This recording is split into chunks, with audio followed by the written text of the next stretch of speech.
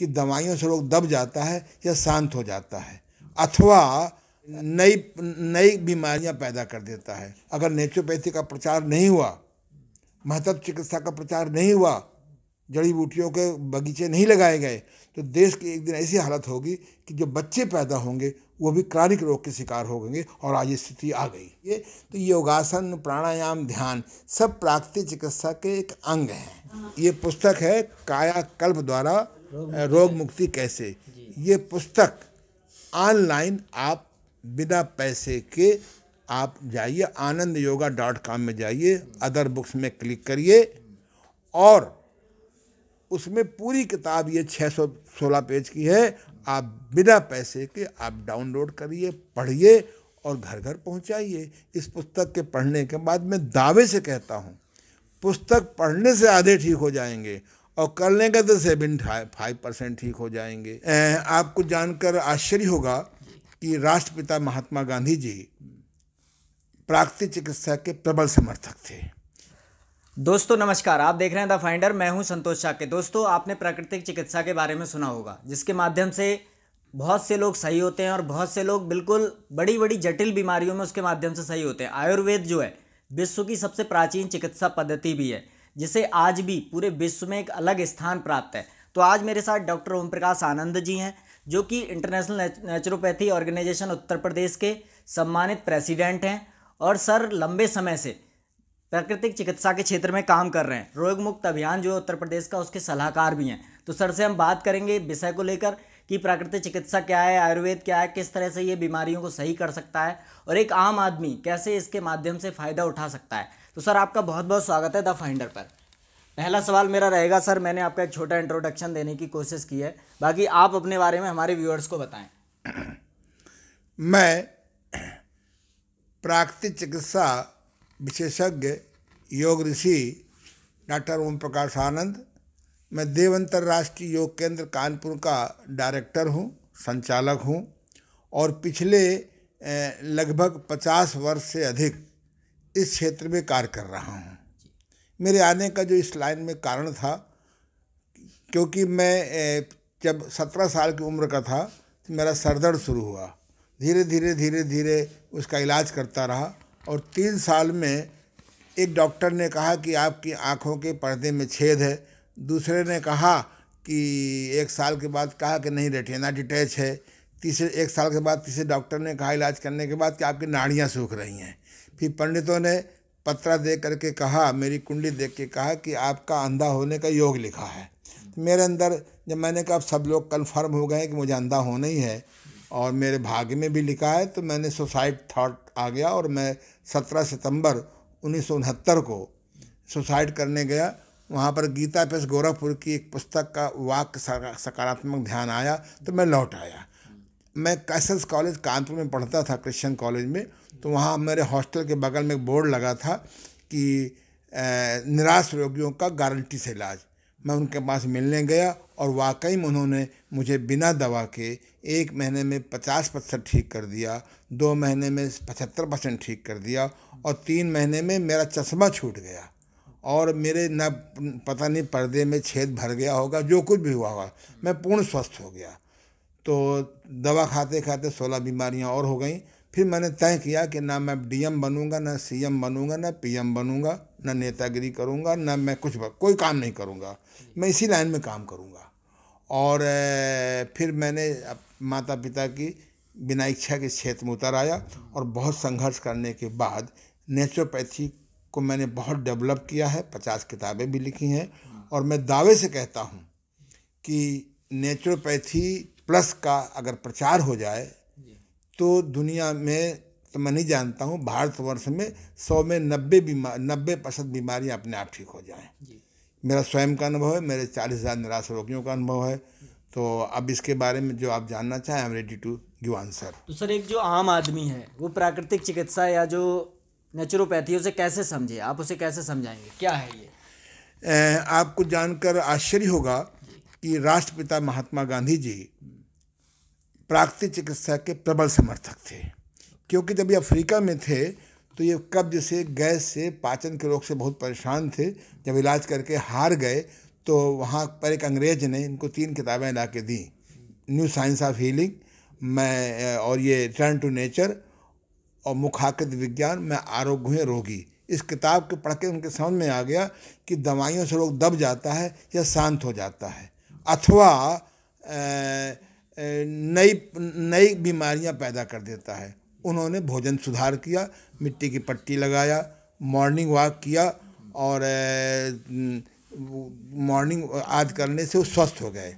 और आप आश्चर्य करेंगे कि जब भारतवर्ष में आए तो उन्होंने नेचुरोपैथी के प्रबल समर्थन में ये कहा था कि जब आज़ादी मिलने के बाद कहा था कि मुझे 125 वर्ष जीने की इच्छा है और शेष जीवन में प्राकृतिक चिकित्सा के प्रचार प्रसार में लगाना चाहता हूँ और घर घर गांव गांव इस पद्धति को मैं फैलाना चाहता हूँ। दुर्भाग्य से उनका शरीर नहीं रहा और आप आश्चर्य करेंगे, आज ये देश जो एक है, 600 रियासतों को जोड़ने वाला सरदार पटेल, माननीय सरदार पटेल, उन्होंने इस देश को कैसे एक किया, नई पीढ़ी को मालूम होना चाहिए कि उन्होंने सारे देश के 600 राजाओं को बुलाया और प्रेम से जब उन्होंने दस्तखत नहीं किए तो उन्होंने कड़ाई प्रयोग किया। और सरदार पटेल जब टीवी हो गई थी इस घटना के पहले, तो गांधी जी ने सारा काम छोड़ करके पूना में डॉक्टर मेहता के अंडर में उनकी टीबी ठीक की। अगर आज उनकी टीबी नहीं ठीक होती नेचुरोपैथी से, तो मैं समझता हूँ कि देश एक कैसे होता, मुझे नहीं मालूम। 2 बातें और समझ लें, गांधी जी के 2 शिष्य थे, बिरला जी 98 वर्ष में शरीर छोड़ा, घूमते घूमते छोड़ा। वो प्राकृतिक चिकित्सा के अनुयायी थे और जो आपके जो परिवार, जो वर्धा का परिवार है, वो भी इसी से ठीक हुआ। अगर गांधी जी की बात हमारी पूर्व सरकारें मान लेती, जो आज डिपार्टमेंट बना हुआ है, तो आज देश की हालत दूसरी होती। गांधी जी स्पष्ट रूप से कहा था, अगर नेचुरोपैथी का प्रचार नहीं हुआ, महत्व चिकित्सा का प्रचार नहीं हुआ, जड़ी बूटियों के बगीचे नहीं लगाए गए, तो देश की एक दिन ऐसी हालत होगी कि जो बच्चे पैदा होंगे वो भी क्रॉनिक रोग के शिकार होंगे। और आज स्थिति आ गई जी। तो भारत में अभी जो आप देख रहे हैं कि प्राकृतिक चिकित्सा में योगासन का जो महत्व है वो भी बढ़ता जा रहा है। योगासन बहुत चर्चा में है, तो उसमें प्राकृतिक चिकित्सा में उसका क्या महत्व है? देखिए, योगासन शब्द नहीं प्रयोग करना चाहिए। कुछ लोग कहते हैं हम योग और प्राणायाम करते हैं, कुछ कहते हैं योग और ध्यान करते हैं, कुछ कहते हैं हम योग और योगासन करते हैं। ये अधूरा ज्ञान है। योग माने जोड़ होता है। शब्द है योग साधना, योगाभ्यास और योग चिकित्सा। योगासन योग का एक छोटा सा पार्ट है।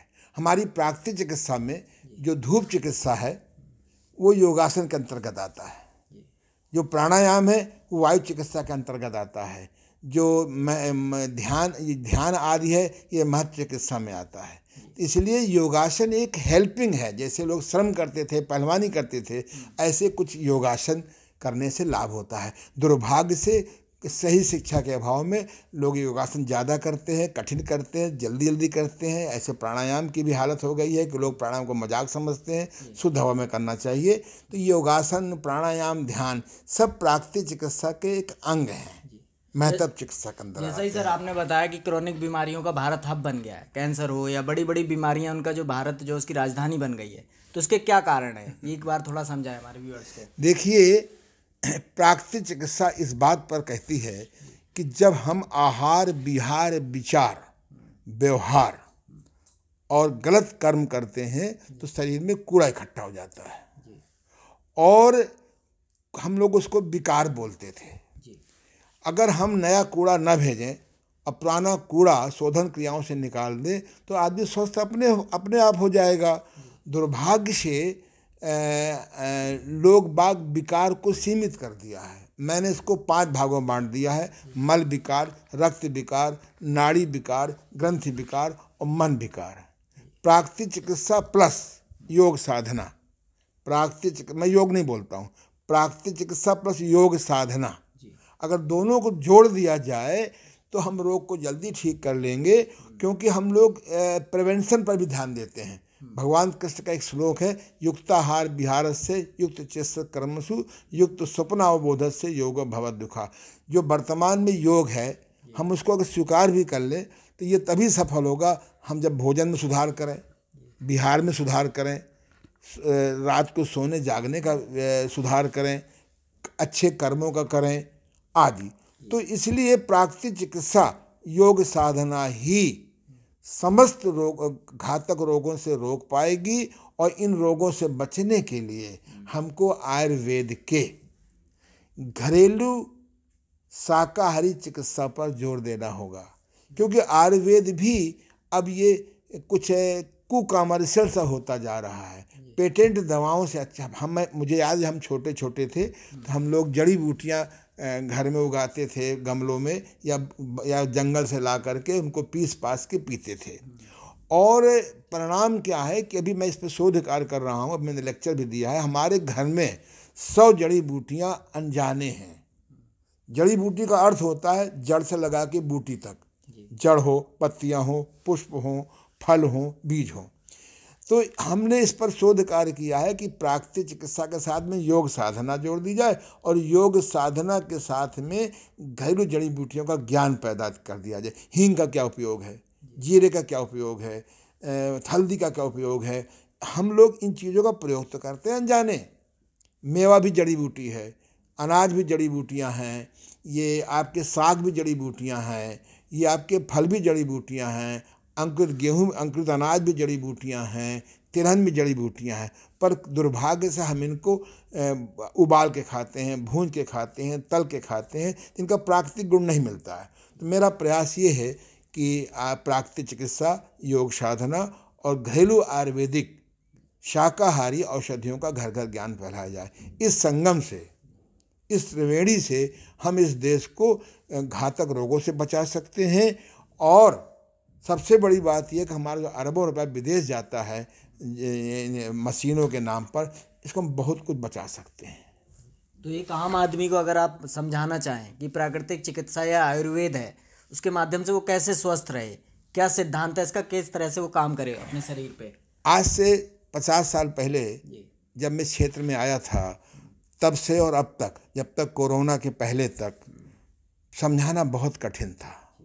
लेकिन जब से ये वेव्स का सिस्टम आया कि हम बैठे बैठे तरंगों के द्वारा हम लोगों को अपनी बात पहुंचावें, अब तो प्राकृतिक चिकित्सा को फैलाना, योग साधना को फैलाना, आयुर्वेद को फैलाना और मैग्नेट थेरेपी को फैलाना, एक्यूप्रेशर रिफ्लेक्सरी फैलाना अब तो बहुत सरल हो गया है। मैंने कम से कम 100 वीडियो डाल दिए हैं। अब हमारी भारत सरकार का काम है, जो काम कर भी रही है, ये जो रोग मुक्त भारत अभियान शुरू हुआ है, इसके माध्यम से हमारे देश में हमारे जैसे हज़ारों लोग इस काम में जुट गए हैं। और हम दावे से कहते हैं कि ये हम लोग बहुत जल्दी भारत सरकार के सहयोग से, मिशनरी कार्यकर्ताओं से और मीडिया के माध्यम से हम लोग बहुत जल्दी 2 साल में आयुष डिपार्टमेंट बनने से अब बहुत जल्दी हम इस देश को 90% घातक रोगों से मुक्त करने में सफल होंगे। और जनता बहुत जागरूक हो गई है। अब तो डॉक्टर खुद ही कहने लगे हैं कि दवाइयों के आदी मत बनिए, ये दवाएं बड़ी साइड इफ़ेक्ट करती हैं। मैं डॉक्टरों को धन्यवाद देता हूँ। कहते हैं लाइफ स्टाइल बदलिए, भोजन सुधार बदलिए, योगासन करिए, प्राणायाम करिए, ध्यान करिए। हमारे डॉक्टर ही 90% अब लोगों को इस रेगुलर थेरेपी की प्रेरणा देने लगे हैं। तो मुझे तो लगता है कि बहुत बड़ी क्रांति आने वाली है। और हम लोग घर घर में आप लोगों के माध्यम से पहुंचा देंगे। जो हमारी INO है, इसने बहुत बड़ा अभियान उठाया है। और आपको एक बात बता दूं, ये जो बरेली में आप मेरा इंटरव्यू ले रहे हैं, सन 71 में यहाँ एक व्यक्ति स्वामी साधानंद जी हुए थे। मैं उस प्रोग्राम में आया था। यहाँ पर नकटिया में 250 बेड का प्राकृतिक चिकित्सालय पड़ा हुआ है। लेकिन सरकार के प्रोत्साहन न मिलने से, अच्छे चिकित्सक न मिलने से वो बंद पड़ा हुआ है। आपके बरेली में ही आप जैसे बिटिया रानी, प्रीति अग्रवाल हैं, आप जैसे लोग हैं, मुझे विश्वास है कि 6 महीने साल भर के अंदर हम उसको प्रारंभ कर देंगे। और जो उसके संचालक हैं वर्तमान में, श्री विजय अग्रवाल CA, बहुत सीनियर है, वो मेरे मित्र हैं 50 साल पुराने। और आज ही मैं उनसे बात करूँगा। तो वो हम लोग इसी नकटिया ये बरेली नकटिया तो प्राकृतिक चिकित्सा का स्रोत रहा है, हिमालय रहा है। हम लोग फिर काम करेंगे। सर, आज बड़ी संख्या में जो भारतवासी हैं कैंसर से जूझ रहे हैं, या भविष्य में भी बहुत सारे लोग, ये जो बीमारी है बहुत खतरनाक बन चुकी है, तो उन लोगों को आप क्या सलाह देनी चाहेंगे, भविष्य में लोग बचें या जो अभी जूझ रहे हैं उन्हें कैसे वो अपना उपचार करें? देखिए, चाहे कैंसर हो और चाहे लीवर फेल हो रहा हो, चाहे गुर्दे फेल हो रहे हो, चाहे गठिया हो, ये जितनी बीमारियां हैं 5,000, इनमें 1-2% छोड़ करके प्राकृतिक चिकित्सा, योग साधना, चुंबक चिकित्सा, home herbal therapy, acupressure therapy, reflexology, laughing therapy, संगीत therapy, subconscious fear out therapy, जो 10 पद्धतियां हैं, इनके माध्यम से हम लोग कैंसर होने नहीं देंगे, लीवर खराब होने नहीं देंगे, गुर्दे खराब होने नहीं देंगे। ये सारी बीमारियां दवाइयों के दुष्परिणाम से है। मेडिकल साइंस के 5 वर्ष सिखाया जाता है कि किस दवा से कौन सा साइड इफेक्ट होता है। अब तो मेडिकल साइंस हमारी हेल्प कर रही है और इसको जन जन में पहुंचाना है। और हमारे जो ये प्राकृतिक चिकित्सा की जो शोधन क्रियाएं हैं 7, जो योग चिकित्सा की शोधन क्रियाएं हैं 7, जो मैंने इस पुस्तक में लिखा है, और इसको मैं जन जन में पहुंचाने के लिए 1 लाख प्रतियां घर घर पहुंचाने का संकल्प किया है और निःशुल्क भेजेंगे, नो प्रॉफिट नो लॉस भेजेंगे सहयोग से। अभी भी पुस्तक जो है, हमारे एक मित्र हैं विमल झाझरिया जुवास शास्त्री, उन्होंने अपनी पत्नी की याद में अभी 100 किताबें भेंट की हैं। उनका प्रोग्राम 1000 किताब बांटने का है। ऐसे हमने अपने 200 आदमी तलाशे हैं और हम जन जन में पहुंचाएंगे। तो आप कहना चाह रहे हैं कि आयुर्वेद जो है वो रोकथाम पे काम करेगा, प्रिवेंशन पे काम करेगा, जिससे बीमारी हो ही ना।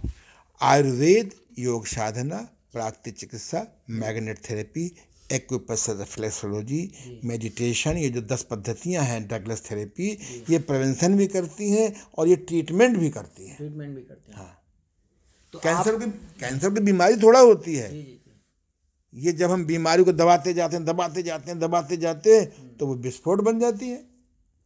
अभी सर कोरोना हुआ तो अभी भी चल रहा है, तो उसमें बहुत सारे लोग भारत में जिन्हें मृत्यु हो गई, तो उन लोगों जो अभी कोरोना से जूझ रहे हैं उन्हें क्या सलाह है आपकी? प्राकृतिक चिकित्सा के 10 अटल सिद्धांत हैं। उनमें एक सिद्धांत है, जहां कूड़ा वहां कीड़ा, जहां कूड़ा वहां कीड़ा। अगर कूड़ा बॉडी में जाएगा, उसका फर्मेंटेशन होगा, तो उसमें जर्म से बैक्टीरिया, वायरस पैदा ही होंगे। हम लोगों का दुर्भाग्य से क्या है कि नेचुरोपैथी का प्रचार न होने से हम लोग उस एक इलेक्ट्रो माइक्रोस्कोप की खोज हो गई। अगर सौभाग्य से इसकी खोज न होती तो वायरस की उत्पत्ति न होती। जैसे कण-कण में भगवान है, ऐसे कण-कण में वायरस है। स्वच्छता का ध्यान रखें, नेचुरोपैथी के हिसाब से पेट न खराब होने दें, कफ न सड़ने दें, पित्त न सड़ने दें, वाइटल पावर न गिरने दें। तो चाहे वो कोरोना हो, चाहे पहले का डेंगू हो, उसके पहले मलेरिया हो, जब भविष्य में चाहे कोरोना हो, चाहे ओमिक्रॉन हो, अगर ये सिद्धांत घर घर नहीं पहुंचाया जाएगा।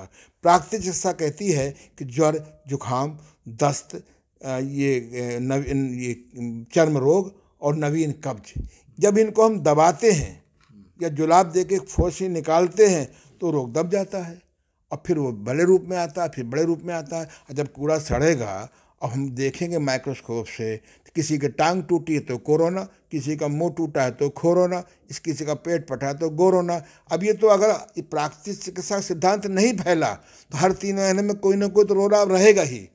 इसलिए नेचुरोपैथी कहती है कूड़ा न भेजो और नया कूड़ा सड़ने न दो और कूड़े को बाहर निकाल दो। तो ये वायरस को होगा ही नहीं। वायरस को नई खोज थोड़ा है, करोड़ों अरबों साल से कोरोना आते रहे। इसकी मुक्ति का एक ही उपाय है कि घर घर में बताइए, जुखाम हो गया नीति करिए, दवा से मत दबाइए। दस्त आ गए हैं, उसको बेल चूर्ण से बांधिए, उसको आप दवा द्वारा मत दबाइए। आपको बुखार आ गया है, बुखार को निकलने दीजिए जड़ी बूटियों से और प्राकृतिक चिकित्सा से, तो कोई बीमारी होगी ही नहीं।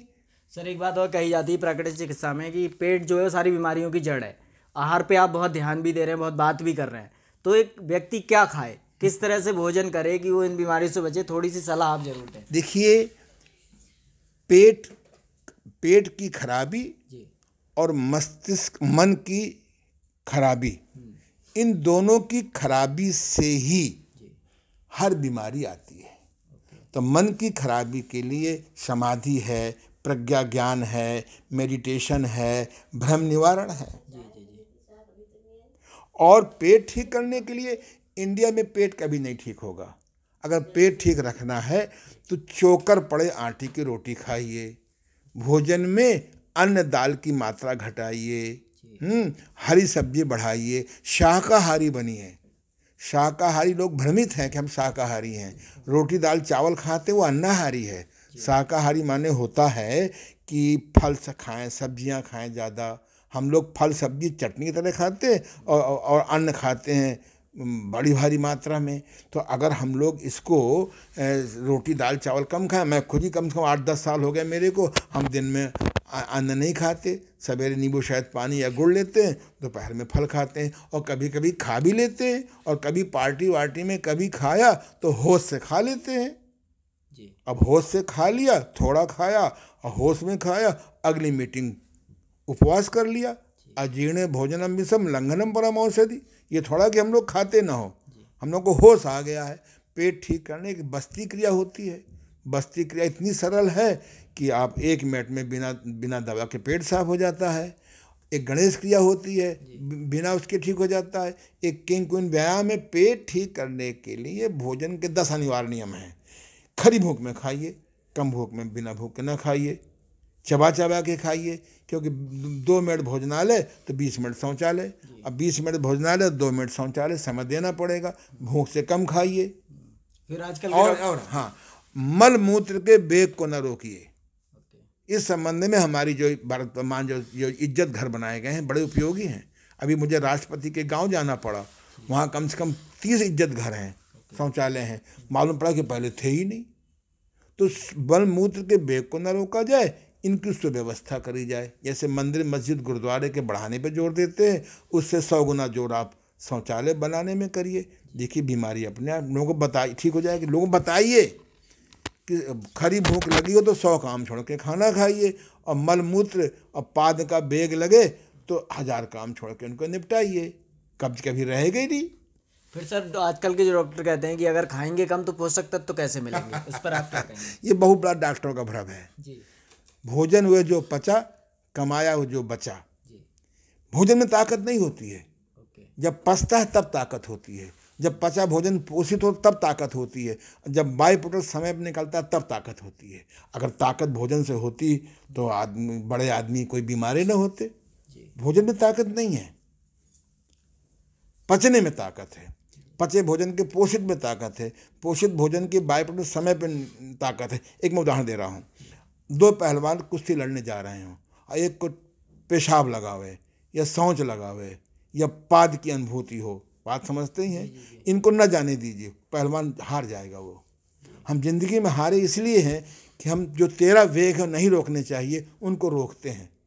आयुर्वेद में लिखा है 13 वेग जो नहीं रोकना चाहिए उनको रोकते हैं, जो 10 वेग रोकने चाहिए उनको हम नहीं रोकते हैं। ये ज्ञान हमने अपनी किताब में लिखा है। इसमें आप इसको जन जन में पहुंचाया जाएगा। सर आपने बताया आपने 50 किताबें लिखी हैं, और कौन कौन सी किताबें हैं जो एक आम आदमी को पढ़नी चाहिए, पूरे देश को पढ़नी चाहिए, वो थोड़ा बताएं। देखिए किताबें तो मैंने बहुत लिखी हैं। अंत में मैंने सोचा कि क्या किया जाए, क्योंकि मुझे माँ सरस्वती सिद्ध है। तो माँ सरस्वती ने कहा तुम एक ऐसी किताब लिखो जिसमें लगभग सब बातें आ जाएं। मान लो अलग अलग खंड में लिखोगे, एक किताब खंड खो गया, तो ये जो पुस्तक इसको मैंने ऑनलाइन डाल दिया है। ओके, कहाँ से खरीद सकता है? नहीं, AnandYoga.com में जाइए, उसमें अदर बुक में क्लिक करिए, और अब मेरी पूरी किताब है, आप डाउनलोड कर लीजिए, पढ़िए, नो पैसा। एक बार दिखाएं व्यूअर्स को, किताब का नाम भी बता दें। ये पुस्तक है कायाकल्प द्वारा रोग मुक्ति कैसे। ये पुस्तक ऑनलाइन आप बिना पैसे के आप जाइए, AnandYoga.com में जाइए, अदर बुक्स में क्लिक करिए, और उसमें पूरी किताब ये 616 पेज की है। आप बिना पैसे के आप डाउनलोड करिए, पढ़िए और घर घर पहुंचाइए। इस पुस्तक के पढ़ने के बाद मैं दावे से कहता हूं, पुस्तक पढ़ने से आधे ठीक हो जाएंगे, और कर लेंगे तो 75% ठीक हो जाएंगे। 25% के इसलिए मैं गारंटी नहीं लेता हूं कि आदमी को भ्रम है कि भोजन में शक्ति है, दवाइयों में स्वास्थ्य है, धन बढ़ेगा तो सुख बढ़ेगा, पुस्तकों में ज्ञान है, और सगे रिश्ते अपने हैं। ये तभी तक आप इनके मन का करोगे तो बेटा अपना, नहीं तो लड़के। इनके मन करो तो लड़की अपनी, नहीं तो लड़ती। ये 5 भ्रम इसी बरेली से निकले हैं। 5 भ्रम मिटाइए, जिनसे विचार मिले, जो आपकी रिस्पेक्ट करे, उनकी मदद करिए। तो सर इस किताब से क्या क्या सीखने को मिलेगा लोगों को? इस किताब से जो जगह जगह नर्सिंग होम बढ़ रहे हैं उनकी संख्या घटने लगेगी। जो नर्सिंग भगवान बढ़ रहे हैं जी। इस किताब से क्या नहीं हो सकता। और मेरे पास आने की जरूरत भी नहीं है। 90% आप खुद ही स्वस्थ हो जाएंगे। मैंने इसको कॉमर्शियल नहीं बनाया कि मेरे पास आओ, खुद पढ़ो, अपने निकट के अनुभवी चिकित्सक के पास जाओ योग के। ये किताब तो पूरी क्रांति करेगी, इसलिए 1 लाख किताब हमने संकल्प किया, इसलिए तो हमने ऑनलाइन डाल दिया। हमने PDF डाउनलोड कर सकते हैं? PDF डाउन कर सकते कौन सी वेबसाइट? मेरी anandyoga.com, जी anandyoga.com। मेरी सारी किताबें आ रही हैं, जी क्योंकि मैंने समझ लिया है पैसा बहुत ज़्यादा बढ़ेगा तो बहुत दुख बढ़ेगा, जी थोड़ा बढ़ेगा तो कम दुख बढ़ेगा, और नहीं बढ़ेगा तो दुखी नहीं रहोगे। पैसा ही, जो बेहोशी में पैसा लोग कमा रहे हैं, जमा कर रहे हैं, ये सबसे बड़ा दुख का कारण बन गया है। सर आप जो बता रहे हैं बहुत सारे समाधान देते हैं आप लोगों को योगा को लेकर या आयुर्वेद को लेकर, तो आपसे अगर कोई मिलना चाहता है तो मिल सकता है क्या? मुझसे मिलने की ज़रूरत नहीं है। जी। योग ऋषि ओम प्रकाश आनंद जी यूट्यूब में जाइए, हाँ। मेरे सारे लेक्चर आप मिल जाएंगे। आप मेरे पास आएंगे तो समय खर्च होगा, धन खर्च होगा, जी जी जी। हैं, आपका हर्जा भी होगा। और ऑनलाइन में सब कुछ पढ़िए। लोग कहते हैं कि आप इतना अच्छा पढ़ा रहे हैं कि 90% हम घर ही में सीख लेते हैं। मेरे पास आने की क्या ज़रूरत है?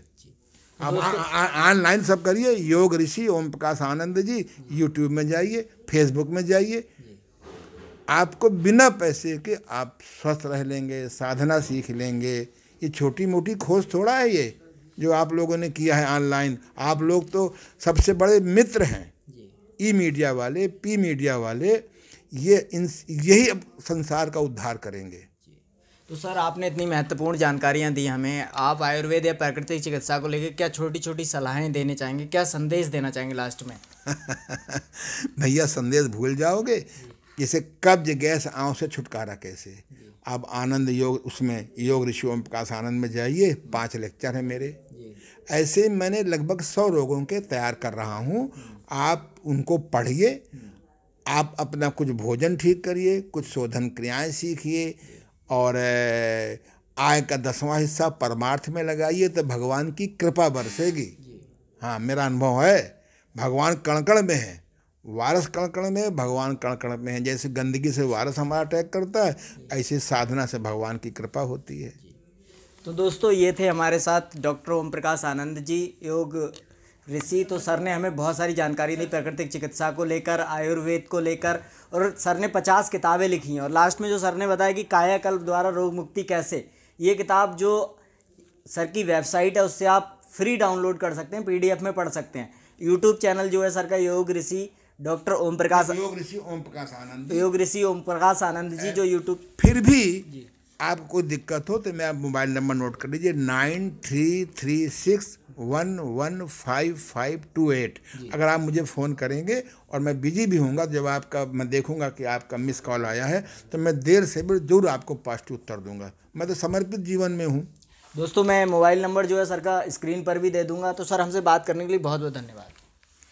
मैं आपका बहुत शुक्रगुजार हूँ कि इतना अच्छा आपने सवाल तैयार किए, और मैं भगवान से प्रार्थना करता हूँ कि आपका तन स्वस्थ रहे, मन स्वस्थ रहे, और खूब आमदनी बढ़े, इतनी बढ़े कि दिमाग गड़बड़ न हो रावण की तरह। Thank you sir, thank you.